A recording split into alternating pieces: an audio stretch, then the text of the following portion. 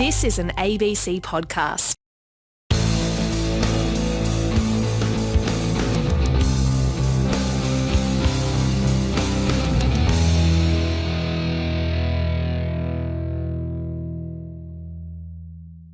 Ebola is a terrifying hemorrhagic fever with up to a 70% death rate and is highly infectious if you come in contact with body fluids of somebody who's infected.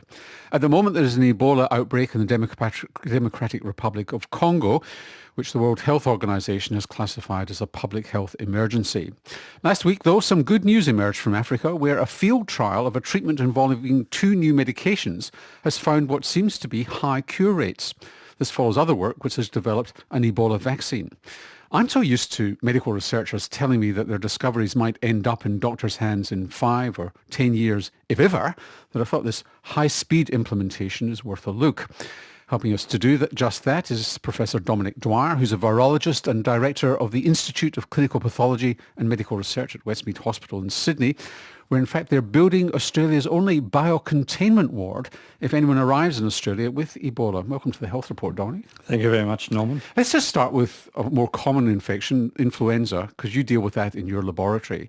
It's been a bad year. It's been a really bad year. We've been absolutely overcome by the number of patients admitted to hospital, particularly in Western Sydney and southwestern Sydney. But it's been national as well. It's certainly been national, and the key feature is that it's occurred outside of the normal influenza season. So we've seen a lot of activity. So it started early? Started early and is still going.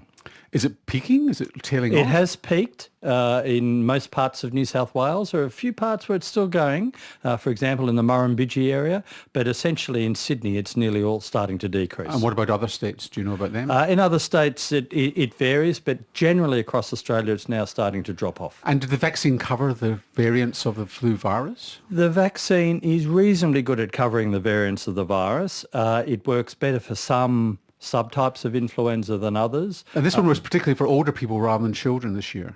Well, it depends on the strain. So one of the strains is particularly difficult for older people and very young children. The other one is more in middle-aged people, and the vaccines vary in their ability depending on how old people are. Many deaths?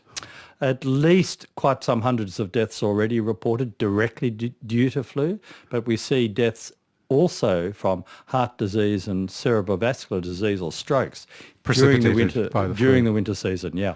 And anybody got any idea why it came on early this year? No, not really. It's just been circulating, and we can't predict. If we could predict influenza, would be Nobel Prize on that one. Yeah. Well, let's go back to Ebola now, because you've got an interest in that. Just give us a primer on Ebola. What causes it? So Ebola is due to a viral infection. It's, as you mentioned, caused by, we call it a viral hemorrhagic fever. The virus has a couple of different strains. They're essentially nearly all in sub-Saharan Africa. There's one strain that's been found outside.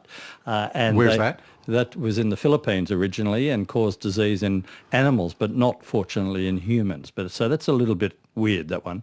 But all the others are in sub-Saharan Africa. They're probably in bats, and it's exposure to those, or animals exposed to those, and then the humans become exposed to those that allow the transmission into humans. So humans are an accidental host, if you like, but once it gets in, it really takes off. Because? Because of the way it's spread. So the Ebola virus is present in very high amounts in the body, in different body fluids. Even the eyes? Even the eyes, even in genital secretions, but particularly in blood and urine and so on, so that people who come in close contact with those body fluids are at risk. And that's why we see so many infections in healthcare workers. So tell us about these treatments. I mean, the remarkable history here is that there was a doctor in Africa who, I think he's immune to it himself. I think he might have had Ebola, but he started giving people blood serum of people who'd recovered and found it had an effect.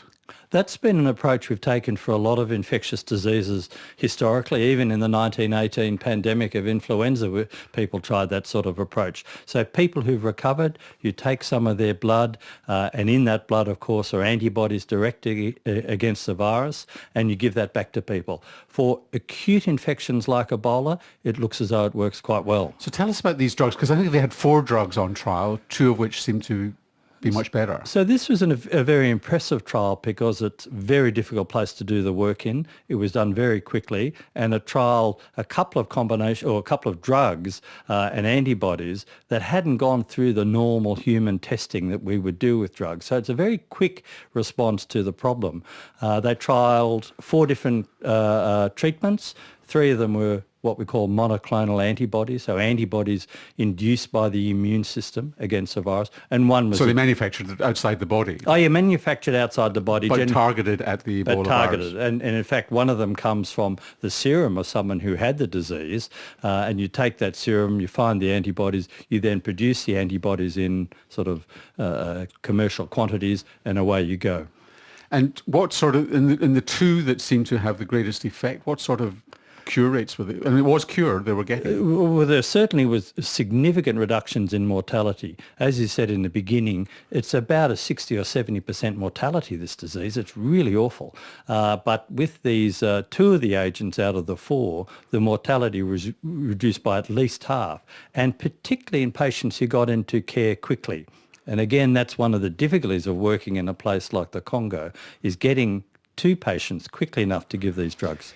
So it brings up ethical issues. I remember chairing a meeting at the World Health Organization in Geneva about drug trials, and a former Prime Minister of Mozambique, who was a doctor, describes as a child being taken out into the bush in Mozambique and being deliberately bitten by a snake to test an antivenin.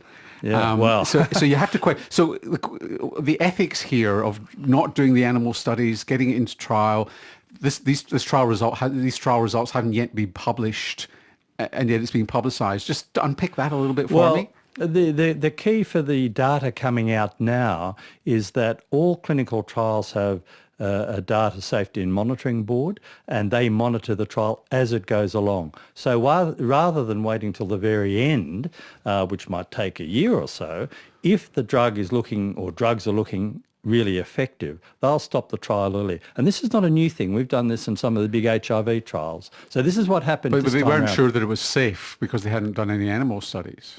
They thought it was safe. Some of them had been trialled in humans before, were shown to be safe, yes. But of course, it's one thing doing a trial in, a dozen or so healthy volunteers. And that's very different to doing it in people who are seriously ill. In a war zone. In a war zone, and that's one of the problems. And vaccine? Tell me about the vaccine. So there's quite a number of vaccines that are being trialled because there are 2 components to managing an outbreak. One is preventing people from getting sick with a vaccine and infection control measures. The other thing is treating them once they've got it, which is what these drugs are about. So the vaccine trials are going on at the moment. There's a number of them being used, at least 8 or 9, and a number of countries are doing it. The general approach is what we call ring vaccination. So you get sick people and you then... It's not a randomised trial because that would be unethical, but you're just seeing what the spread would be like. That's right. It's like an HIV vaccine trial. You're not going to deliberately infect somebody with to HIV. Prove it. Exactly. So these sort of ring vaccination things where you surround people who are sick and vaccinate everyone who's well around them is actually time proven in preventing epidemics. I mean, the bottom line here is, of course, if there's a war going on, almost doesn't matter what you've got because you can't get in with immunisation against polio even or measles, much less treatment for Ebola. This is a tragedy, isn't it? It's like polio, it's like Ebola virus. There are people getting sick who either don't want to go to hospital because they're scared of what happens in hospitals in, poorly developing countries. There are people who are scared because there are soldiers around. There are people who are suspicious of foreigners coming in. All of those things make it really difficult. We're just almost out of time, but briefly tell me about this biocontainment ward that you've got if people come back from overseas with Ebola. Yes, so at Westmead Hospital there's a new building being built which will contain a biocontainment facility for managing patients with diseases like Ebola. It'll be one of the most modern ones in the world, if not the latest. And next to that, we also have a laboratory that is able to diagnose and manage Ebola infections. And when will that open? That's going to open in the middle of next year. Dominic, thanks for joining us. Thank you. Professor Dominic Dwyer is a medical virologist and director of the Institute of Clinical Pathology and Medical Research at Westmead Hospital in Sydney. I'm Norman Swan. This has been the Health Report. Hope to see you next week.